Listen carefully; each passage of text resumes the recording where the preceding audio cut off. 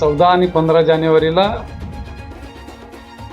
एक महिला व्हिक्टिमला व्हॉट्सॲप कॉलवरून तुमची एका ईडीच्या केसमध्ये संबंध आहे आणि तुमची चौकशी केली जाईल.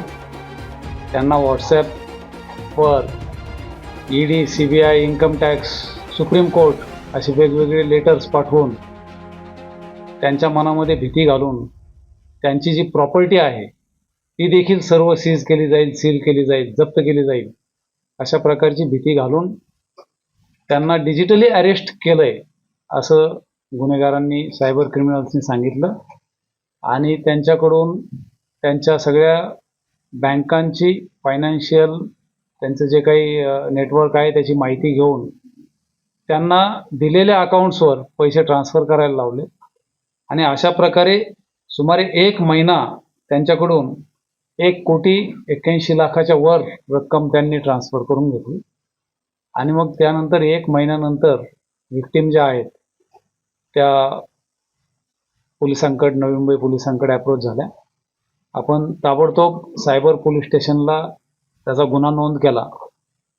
हा सिरियस गुन्हा असल्याने एका महिलेला डिजिटल अरेस्ट करून एवढी मोठी रक्कम लुटलेली असल्याने मान्य पोलीस आयुक्त श्री मिलिंद भारंबे, आमचे ॲडिशनल कमिशनर दीपक साकोरे साहेब आणि DCP क्राईम श्री अमित काळे यांनी क्राईम ब्रांचच्या सेंट्रल युनिटला या गुन्ह्याचं डिटेक्शन करण्यासाठी आदेशित केलं होतं.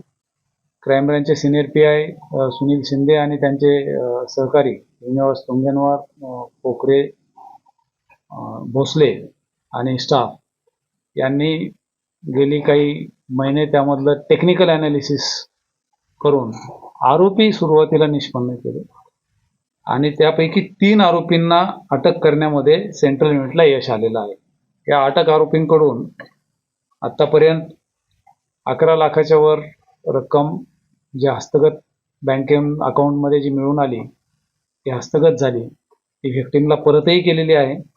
त्यांच्याकडून एक लॅपटॉप, वेगवेगळे 18 मोबाईल फोन आणि त्यानंतर वेगवेगळ्या बँकांचे chequebooks, passbooks, SIM cards, debit cards, तसंच फॅब्रिकेशन ऑफ डॉक्युमेंटसाठी लागणारे रबरी शिक्के असा इतर मुद्देमालसुद्धा हस्तगत केलेला आहे. या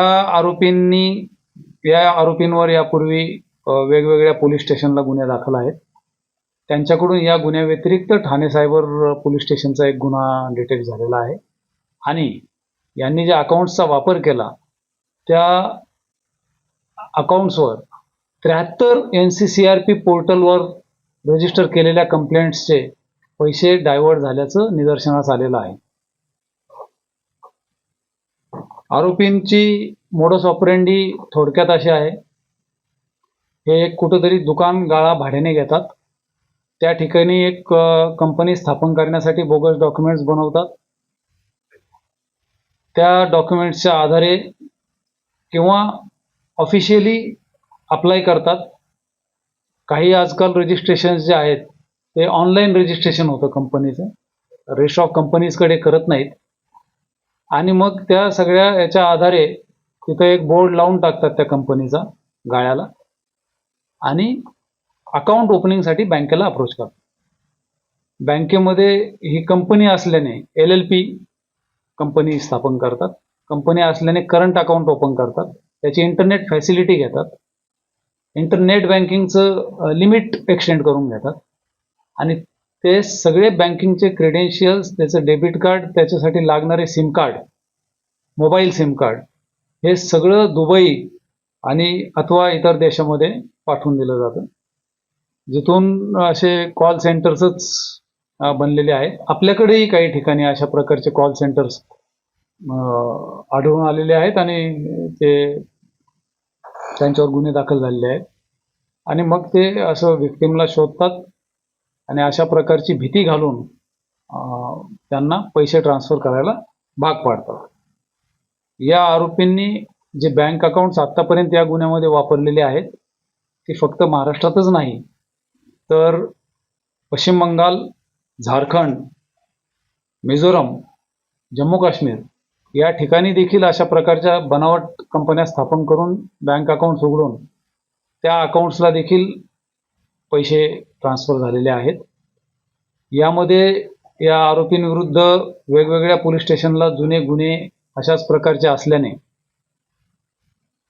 आत्ता BNS मध्ये जे नवीन कायद्यामध्ये जे मोकाचं सेक्शन 111 जे नवीन वाढ केलेलं आहे ते संघटित गुन्हेगारी टोळीसाठी लागू आहे. ते सेक्शन या संघटित गुन्हेगारी टोळीला लावण्यात आलेलं आहे. ABP माझा, उघडा डोळे बघा नीट.